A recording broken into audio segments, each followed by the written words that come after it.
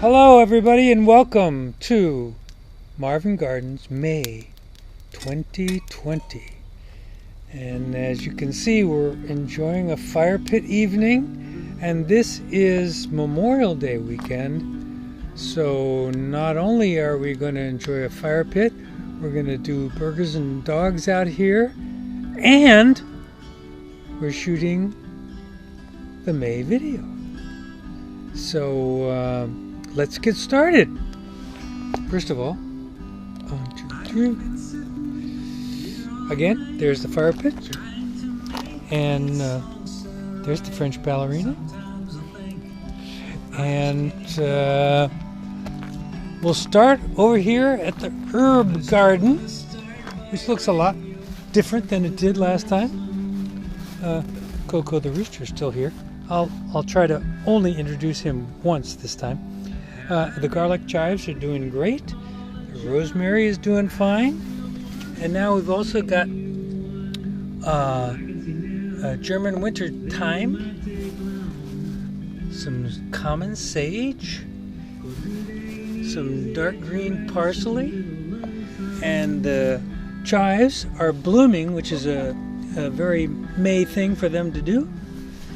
And unfortunately, my Asian basil did not make it. So you can see there's a store-bought sign there. I planted some red basil, or purple basil, I'm sorry. But I've also planted some more Asian basil from seed, and we'll see what happens with that. But the purple basil is just to be a safety valve in case I don't get anything.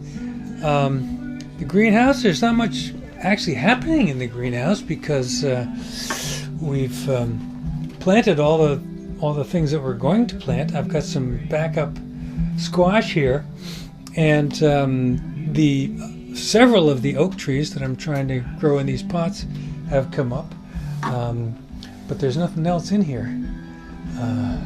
So let's go over to bed number 1.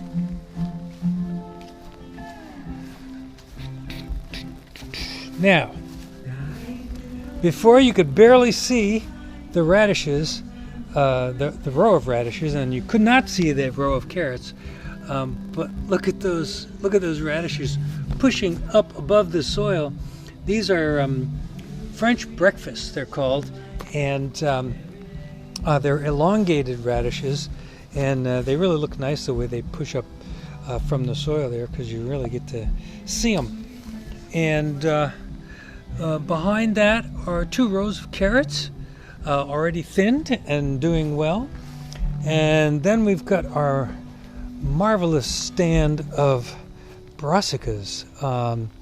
No heads forming yet, I don't think, but we've got cabbage, we've got broccoli, we've got 2 varieties of cauliflower, and then Brussels sprouts. And beyond that, just freshly planted a couple of rows of okra, and from seed you can't see anything because they haven't come up yet, but this is scarlet runner bean, which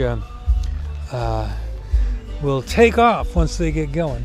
And back here in no man's land, this is just some extra squash seedlings, some extra parsley because we had so many, and 2 more of the rosemary plants that were wintered over. And finally, there's a stand of pond iris here, which are blooming magnificently, as the irises tend to do in May. We haven't planted any of our pots here, but what else is going on? Not much with the compost heap, still pretty minimal. We haven't added any manure to it yet. But I'll tell you, one nice thing is that if you remember from last time when we were flooded out here in this area, even though we've had some rain as recently as yesterday, we don't have the ponding So it's nice to have that area at least, mowable. I don't know if you can see some more pond irises there on the end that are blooming. But let's venture here to the grow house, which I've done a lot of work on in the last few days. If you remember, the plastic in between the nylon webbing here had just disintegrated. I mean, this really is kind of a worthless. It only lasted one season and didn't last one season without, falling apart, basically. But so what I've done is I covered the top with clear plastic, and that should keep the rain and the bugs out. And also I've put some what's normally floating row covers, which is just something to also block the bugs from coming in. And as you remember last time, it got really hot in there. So I've actually built this screen door structure, and hopefully that'll allow the air to pass through. And you will notice that we also have our pumpkins planted already. I'm only doing 3 plants, and I might thin those out if they overcrowd each other. But I'm hoping that just by having only 3 plants in there, that will help us get some action. Okay, so we've got some summer squash planted right here. Those are patty pan. And then as the same as last time, we have onions, and also a kind of a band of scallions in the middle here. And the onions are starting to get good sized. They'll really look beautiful next month. Then the bee balm is starting to come up at the end of this bed as planned. And also we've got a couple of rows of eggplant here, which is doing pretty well. And this is where we've planted the peanuts this year. As you remember, or may remember, I used seeds from last year that I hadn't used, and they germinated pretty well, so we're in pretty good shape here. Got a fine row of lettuce here, which can be thinned and eaten, and a couple of good rows of spinach going along. So now 1, 2, 3, 4. 1, 2, 3, 4. This is bed 4, and we decided to do tomatoes out here this time, just for grins. And you might notice again a store-bought tag there, because had a little trouble with the seedlings, and didn't quite have enough to fill all the slots I wanted to fill, so we got one from the store just in case. And then on the end of this bed are ground cherries, some of which are doing better than others, but we've planted some more from seed, and we think that they will do fine. They come up on their own too. So, all right. So here is 1, 2, 3, 4, bed number 5, and the garlic, as you can see, is doing just fine. And I still haven't looked to see when you're supposed to harvest it, how long it's from when it comes up, or whatever, what size it looks, or anything. But then in the interior of this bed mostly is peppers. Some seedlings are small, some of them are bigger, but they all are surviving, so that's good. And then we got 2 rows of summer squash here. One is a zucchini and one is a yellow squash. And beyond that, these are all sunflowers. Some started from seed, and some transplanted from volunteers that came up in the beds. All right, so let's take a look at the asparagus bed. We'll walk out there. I don't know if I'm going to get you some drone footage to fill in the time when we're walking around, but if I do, this would be a good time for me to have it rolling. So let me just get this here. Head over to Asparagasville. Now, we have done some heavy-duty weeding out here because it was heavy-duty overrun. And I've also planted out here just one hill of pumpkins, kind of as a control, because I had some extra seedlings and just wanted to see how they do out here on their own. But as you can probably see, there's plenty of asparagus plants coming up here, and it doesn't look too bad now that we've weeded, although we're going to have to get out here and weed again pretty soon, I can see. But unfortunately, we've had already an infestation of asparagus beetles, and I've already sprayed for them a couple of times, and so that was kind of disappointing, but hopefully they're gonna do okay. We have harvested, I don't know, maybe a couple dozen asparagus shoots, and I might just let the rest of them go to kind of build up the plants in this bed. Meanwhile, we got our little mini bog here, swamp, what have you. Mostly pond irises, but there are a few cattails that are coming up.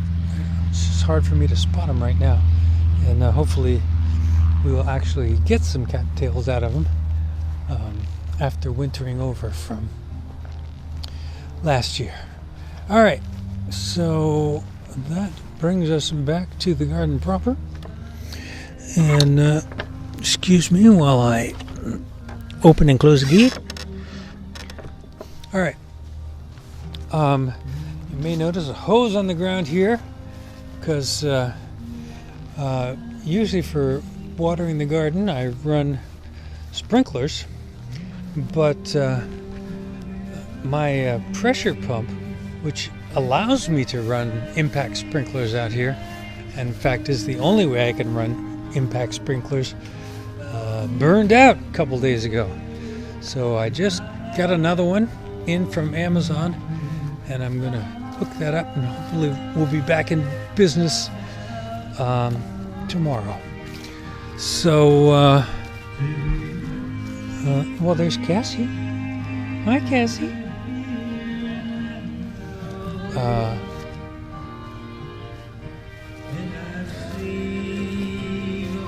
So again, I'm playing my music, so I don't get any copyright tags from YouTube. But there's not much else to show you out here. But look right close. This is the peach tree, and underneath there are a few swollen buds, meaning that they are peaches. Now, how long they last, we'll just have to see. So far, we haven't had much luck. However, here on the nectarine tree, again, you can see those little swelling buds. So those are nectarines to be. It's just a question of whether or not they will actually survive. Over on the pear tree, this is obviously an off year for the pears, because it'd be hard for me to find a single, well, there's a couple right there, swelling buds. I don't know if you can see them very well, but almost nothing, and those are probably going to drop off. So The music is probably getting louder than me at this point, but just to show you the asparagus that's growing off the back deck here, and then we'll finally venture over to the pond, and we have another really nice, what's turning into a nice stand of pond irises here. They're just they multiply like crazy, and they bloom just so nicely in the beginning of May. We've got our kind of pond plant nursery going here. A couple frogs in there already. And then the pond itself, which is at least coming together. We've got blooming azaleas. We've got the succulents going like crazy.